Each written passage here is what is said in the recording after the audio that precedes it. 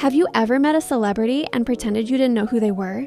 For months, I watched my mom slowly fade away over FaceTime because I didn't have enough money to fly home. She kept offering to buy my ticket, but I knew if she did, she wouldn't be able to afford her treatment. So I begged her not to. I kept telling her, I'll be there soon. I promise. And started picking up every extra shift I could at the restaurant. Then one night, her doctor called me. He said he wasn't sure how much time she had left.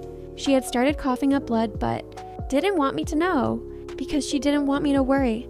That's when it hit me. I wasn't going to save enough in time.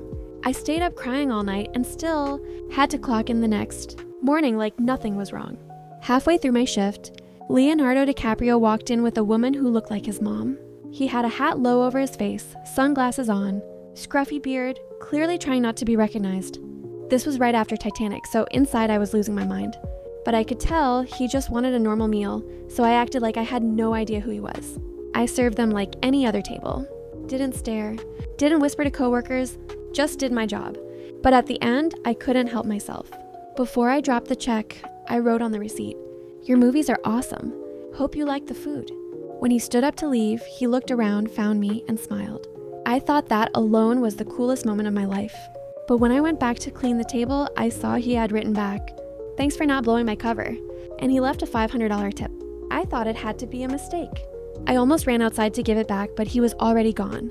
I just stood there shaking, trying to breathe, trying to act normal. The second my shift ended, I booked the first flight home. I called my mom and told her I was coming. I ran through that hospital like my life depended on it. I made it to her room with just enough time to hold her for 20 minutes before she passed. Because of him, I got to hug my mom one last time.